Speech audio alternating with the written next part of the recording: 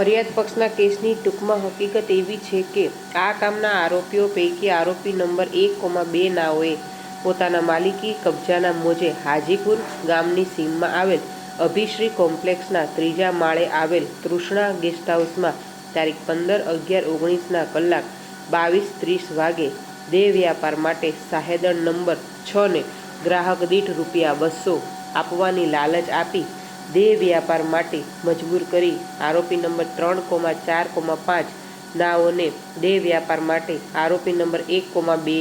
નાએ બોલાવી ₹1000 ગ્રાહક દીઠ લઈ ઉપરોક્ત ગેસ્ટ હાઉસમાં સાહેદણ મહિલા સાથે દેહ વ્યાપાર કરવા માટે સગવડ કરી આપી તથા આરોપી નંબર 5નો સદર ગેસ્ટ હાઉસમાં રૂમ નંબર 203 માંથી સાહેદણ મહિલા સાથે મળી આવી તેમજ આરોપી નંબર 1,2 નાઓ દેહ વ્યાપારથી કમાયેલ ₹29,200 સાથે તથા અલગ અલગ વ્યક્તિઓના ઓળખાણ પત્રો તથા નિરોધ સાથે મળી આવી પકડાઈ જઈ ધી ઇમોરલ ટ્રાફિક કાઉન્સમાં પ્રિવેન્શન એક્ટ 1956ની કલમ 3.15161 મુજબનો ગુનો કરેલ,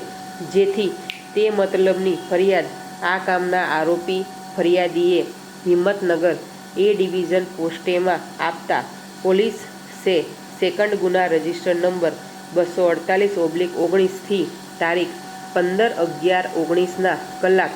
ફરિયાદે રજિસ્ટર લઈ આગળની તપાસ હાથ ધરેલ અને તપાસના અંતે આરોપીઓ સામે પૂરતો પુરાવો જણાતા તે અંગેનું ચાર્જશીટ અત્રેની અદાલતમાં દાખલ કરેલ. આ કામના આરોપીઓને સમન્સની ધોરણસર બજવણી થતાં તેઓ પોતાના વિદ્વાન વકીલશ્રી મારફતે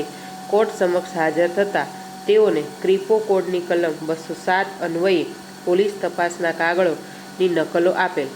ત્યારબાદ આરોપીઓ વિરુદ્ધ આંક 17થી તહોમતનામું ફરમાવી આંક 19થી આંક 22 સુધી તેઓની પ્લી નોંધવામાં આવેલ,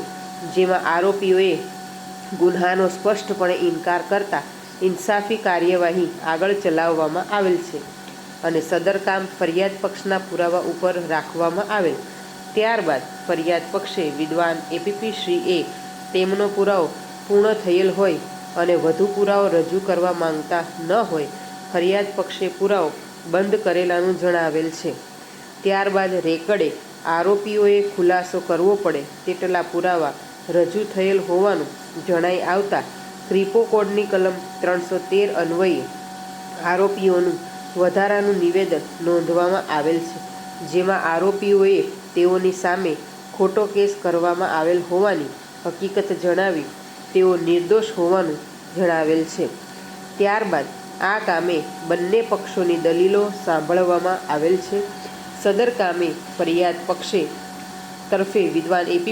એપીપી શ્રી નાઓ દલીલ કરતા જણાવે છે કે ફરિયાદ પક્ષે રજૂ થયેલ મૌખિક તેમજ દસ્તાવેજી પુરાવાથી ફરિયાદને સમર્થન પ્રાપ્ત થતું હોય તેમજ સાહેદોની જુબાની દ્વારા પણ ફરિયાદ હકીકતને સમર્થન પ્રાપ્ત થતું હોય ફરિયાદ પક્ષ આરોપી સામે તેઓનો કેસ નિશંકપણે સાબિત કરેલ હોય આરોપીઓને તકસીરવાન ઠરાવી કાયદામાં ઠરાવેલ મહત્તમ સજા કરવા અરજ કરેલ છે. સદર કામે આરોપી તરફે વિદ્વાન વકીલશ્રી નાઓએ તેમના મૌખિક દલીલમાં જણાવેલ છે કે હાલના કામે ફરિયાદ પક્ષે રજૂ થયેલ ફરિયાદી તથા સાહેદોની જુબાની ધ્યાને લેવામાં આવેલ છે.